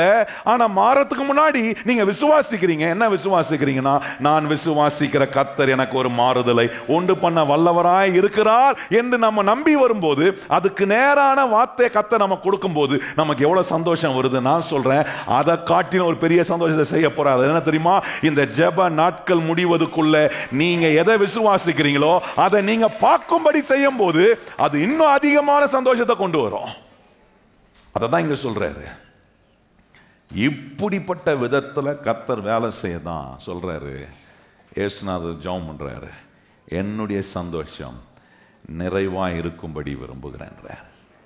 எத்தனை பேர் நம்புறீங்க? இப்போ இந்த விதத்தில் இந்த 6 காரியம் சொன்ன பாருங்க. தேவனுடைய வார்த்தை நம்மளை சந்தோஷமாக்குது, தேவன் கொடுக்குற பலன் அப்படின்னா அவர் தான் எனக்கு ஆதாரம், பரிசுத்த ஆவியானவர் என்னை என்ன நோக்கத்துக்காக வச்சிருக்கிறாரோ அந்த நோக்கத்தை செய்யும் போது ஜெபம் என்னை சந்தோஷமாக்குது, விசுவாசம் என்னை சந்தோஷம் உள்ளவனாய் மாட்டுது. எழும்பி நிப்போம், நம்ம ஜெபம் பண்ணலாம். எத்தனை பேர் இன்னைக்கு நம்புறீங்க? ஆண்டவரே, இன்னைக்கு விசுவாசத்தோட கேளுங்க. ஆண்டவரே, எனக்கு என் குடும்பத்தில் இந்த அற்புதம் நடக்கணும், என் பிள்ளைகளுக்கு இது நடக்கணும். ஆண்டவரே, என்னுடைய வேலையில் இந்த அற்புதம் நடக்கணும், என் தொழிலில் இந்த அற்புதம் நடக்கணும். ஆனால் இன்னைக்கு நான் பார்க்கல ஆண்டவரே, ஆனால் என்னை பார்க்க வைக்கிற நிலைக்கு நீர் கொண்டு வந்து நிற்க வைப்பீர். எத்தனை பேர் விசுவாசிக்கிறோம்? கையை உயர்த்தி சொல்லுங்க. ஆண்டவரே, உம்முடைய வார்த்தை இதெல்லாம் எங்களுக்கு செய்யக்கூடிய வல்லமையான கிரியை உள்ள தேவனுடைய சத்தியத்தை இன்னைக்கு நாங்கள் கேட்டிருக்கிறதுனாலே ஆண்டவரே, நிச்சயமாய் காரியங்களை நீர் மாற்றி அமைக்க வல்லவர். எத்தனை பேர் விசுவாசிக்கிறோம்? கையை உயர்த்தி சொல்லுங்க. ஆண்டவரே, நீர் காரியங்களை மாற்றி அமைக்க வல்லமை உள்ள தேவன். சொல்லுங்க. ஆண்டவரே,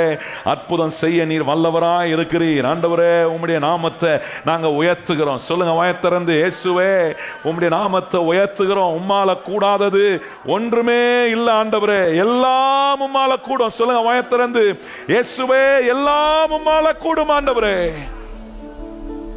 கூடுமே, எல்லாம் கூடுமே, உம்மாலே எல்லாம் கூடும். கூடாதது ஒன்றுமில்லை, உம்மால் கூடாதது ஒன்றுமில்லை.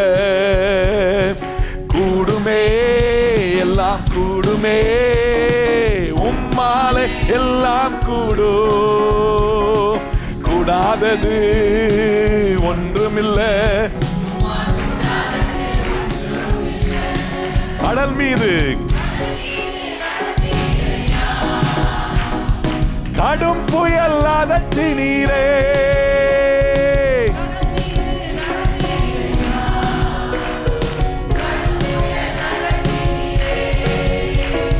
சாத்தானை ஒடுக்கினீரே.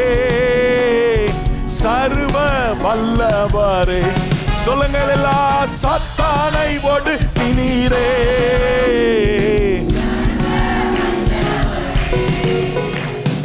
கூடுமே, எல்லாம் கூடுமே, உம்மாலே எல்லாம் கூடும்.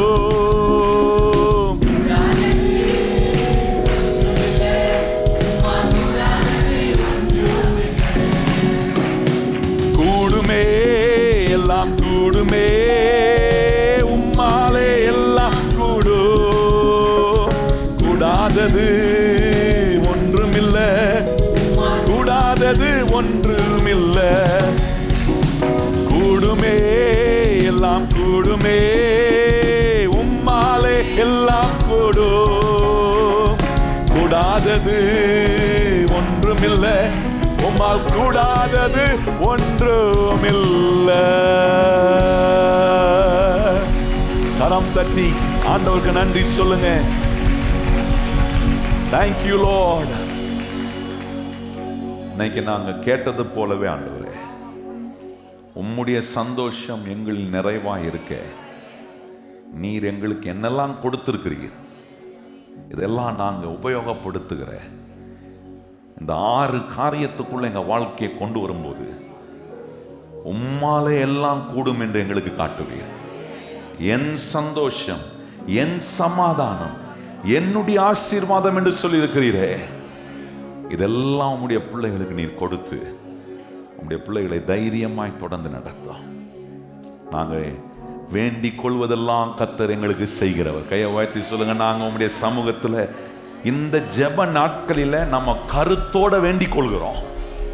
நம்ம கேட்கிற வேண்டுதலை நிச்சயமா ஆண்டவர் அதை ஒருபோதும் புறக்கணிக்க மாட்டார். ஏன்னா நான் செய்கிற வேண்டுதல் எல்லாம் இயேசுநாதர் எனக்கு சொல்லி கொடுத்த வேண்டுதல், அது நிச்சயமாய் நிறைவேறும். இந்த நம்பிக்கையோட போங்க. ஒவ்வொரு நாள் அந்த நம்பிக்கையோட வாங்க. கர்த்தர் இன்னும் அதிகமா உங்களை நல்ல கூர்மையான எந்திரமாய் கர்த்தர் மாற்றிக்கிட்டே இருப்பார். கூர்மையான எந்திரமாக என்ன ஆயுதங்கள் உங்களுக்கு விரோதமா எழும்பினாலும் அது அத்தனையும் வாய்க்காம போகக்கூடிய கூர்மையான எந்திரமாய் கர்த்தர் மாற்றுவார். எல்லாவற்றையும் பதறாக்கி போடுவதற்கு எதுவாய் வரும் நமக்கு எதிராக, ஆனா அதெல்லாம் சுக்கு நூறா போயிடும். நம்மளை கர்த்தர் தூக்கி நிலை நிறுத்த அற்புதமான வேலைகளை கர்த்தர் செய்வார். எங்கள் நல்ல ஆண்டவரே, இன்னைக்கு எங்களோட சொன்ன இந்த வார்த்தைகள் எல்லாம் உங்களுடைய பிள்ளைகளாக எங்களுக்குள்ள நிஜமான விதத்தில் கிரியை செய்கிறதுக்காக ஸ்தோத்திரம். இங்க வருகிற ஒவ்வொரு பிள்ளைகளும் உம்மை தேடி வருகிறார்கள். நீர் அவர்களுக்கு அற்புதம் செய்யணும். நீர் அவர்கள் ஆண்டவரை ஏறெடுத்திருக்கிற பொருத்தனைகள் எல்லாம் நீர் நிறைவேற்ற வேண்டும் என்று நம்பிக்கையோடு வருகிற உம்முடைய பிள்ளைகளுடைய நம்பிக்கையை ஒரு விச கூட நீர் ஆண்டவரே அதை கனவீனப்படுத்தாம ஒவ்வொரு நாளும் உம்முடைய பிள்ளைகளை நீர் மன நிறைவோடு தைரியப்படுத்தி அவர்களோட பர்சனலா நீர் இந்த நேரத்தில் பேசுகிறதுக்காக ஸ்தோத்திரம். தொடர்ந்து எங்களை ஆசீர்வதியும். எல்லா கன மகிமை துதி உமக்கே தருகிறோம். இயேசு கிறிஸ்துவின் அன்புள்ள நாமத்தில் வேண்டி ஜெபம் செய்கிறோம் எங்கள் பரிசுத்தம் உள்ள நல்ல பிதாவே, ஆமென். இப்பொழுது நம்முடைய கர்த்தராகிய இயேசு கிறிஸ்துவினுடைய கிருபையும் பிதாவாகிய தேவனுடைய அன்பும் பரிசுத்த ஆவியானவருடைய அந்யோன்ய ஐக்கியமும் இன்றும் என்றும் சதா காலங்களும் நம் அனைவருடன் வைத்திருப்பதாக. ஆமென். எல்லாரும் இணைந்து சொல்லுவோம். என் ஆத்துமாவே கர்த்தரை ஸ்தோத்திரி, என் முழு உள்ளமே அவர் பரிசுத்த நாமத்தை ஸ்தோத்திரி. என் ஆத்துமாவே கர்த்தரை ஸ்தோத்திரி, கர்த்தர் செய்த சகல உபகாரங்களையும் மறவாதே. ஆமென்.